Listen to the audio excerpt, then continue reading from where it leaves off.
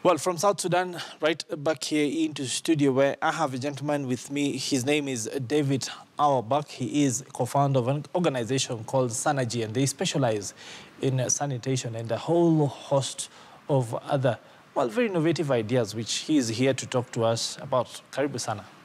Welcome. Now, first off, please talk to us about what SANITATION is. I know that the company is premised around building healthy, prosperous communities. What exactly does that mean? Sure. SANITATION is a social enterprise, and what we do is provide safe sanitation for residents of urban informal settlements like Mukuru, just around the corner from here. We do that by franchising affordable waterless toilets to people in these communities who operate them either as a small business or as a value-add service to tenants within the plots. We then guarantee a safe waste collection, taking the waste out of the community. We consolidate it, and then we're able to process that into valuable end products, such as organic fertilizer and animal feed. Let's just walk that back, because it's a whole lot of mouthful. The interesting thing for me, you said, is waterless toilet. This is not a long drop, is it? This is not a long drop, no. It has a cartridge system underneath, and so the waste goes into cartridges that are... So this is literally something that goes into your usual toilet, or you build a sort of a new facility? We build a new facility. So we actually do the manufacturing here within Mukuru Kwa Ruben, and we build the facility, and it's designed so that the waste is very easily and safely collected in these cartridges that weigh about 45 kilos when they're filled. So how long on average does it take to fill one, and then if it stays on site, there might be the smell, the flies, that sort of thing? Yeah, so we're able to do the collection as frequently as every day. It depends how quickly it fills up. Most of the time, we do collect every day or every other day. And when you're collecting that frequently or that rapidly, you don't see the smell and it doesn't build up.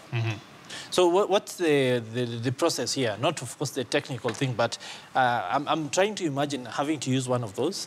And the fact that there's been several people before me, it's almost the same as maybe pit latrine or not?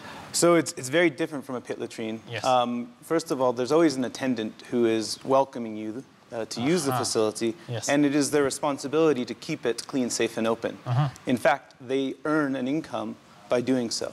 So it's very different from a lot of facilities where actually no one's really looking after it. Then it's a dry toilet. But because the waste is being collected very regularly, it doesn't smell, it doesn't build up. It ends up being actually a very safe, clean experience. Let's talk then about the back end. You said that you then process this into first organic fertilizer, then animal feed. Let's talk about the fertilizer first. Sure. So we convert it into a nutrient-rich, safe organic fertilizer. This is really valuable for farmers because they're looking for ways to restore the soil quality and structure. And synthetic fertilizers, while they are great, they often take a significant toll on the plants too. This helps restore the soil quality, and we're seeing over the 1,000 farmers that we work with seeing crop yields of at least 30% increase.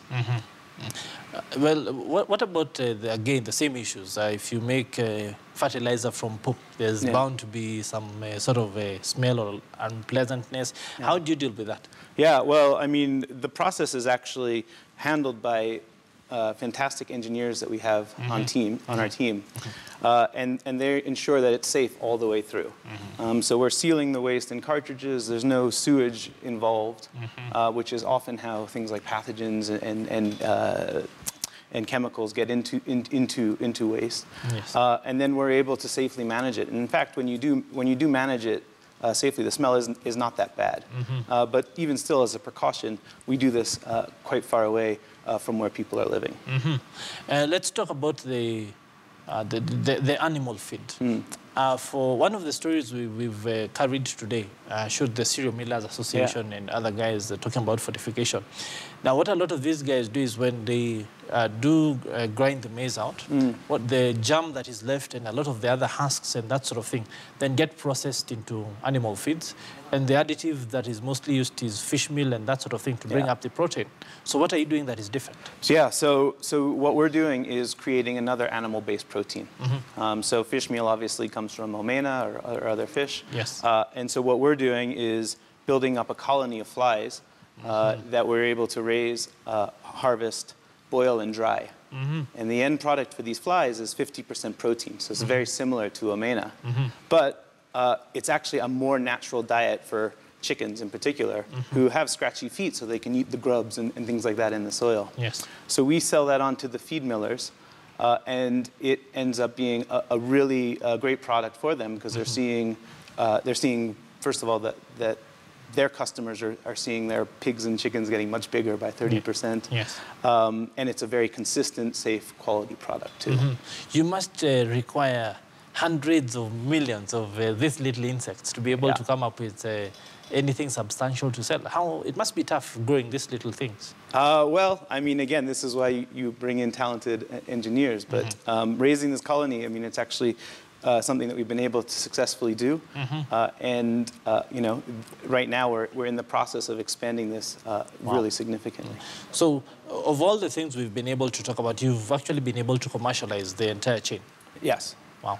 So what is the uptake like when you look at the market, first from the toilets, of course, then to the feeds and the organic fertilizer? Yeah, sure. So for the sanitation network, we're serving now about 55,000 people every day within 11 informal settlements in Nairobi who are gaining access to safe sanitation for the very first time. And this is through a network of about 1,250 facilities. Does it cost them anything when you use... So the facilities are being operated either by entrepreneurs or by landlords. And so when landlords are providing it, it's a value-add service that's built into the rent.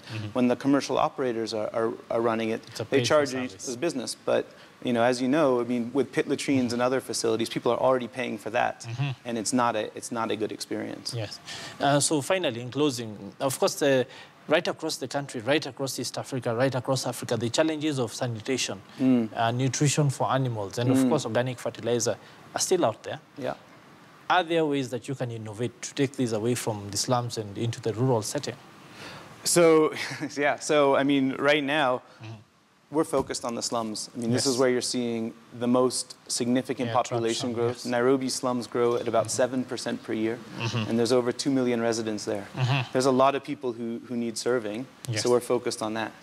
Over time, though, as we prove out the work that we're doing, it does make sense for us to be able to serve the entire country. Indeed.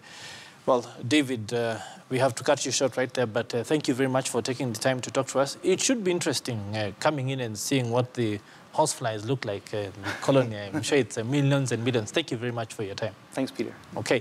Now, moving on.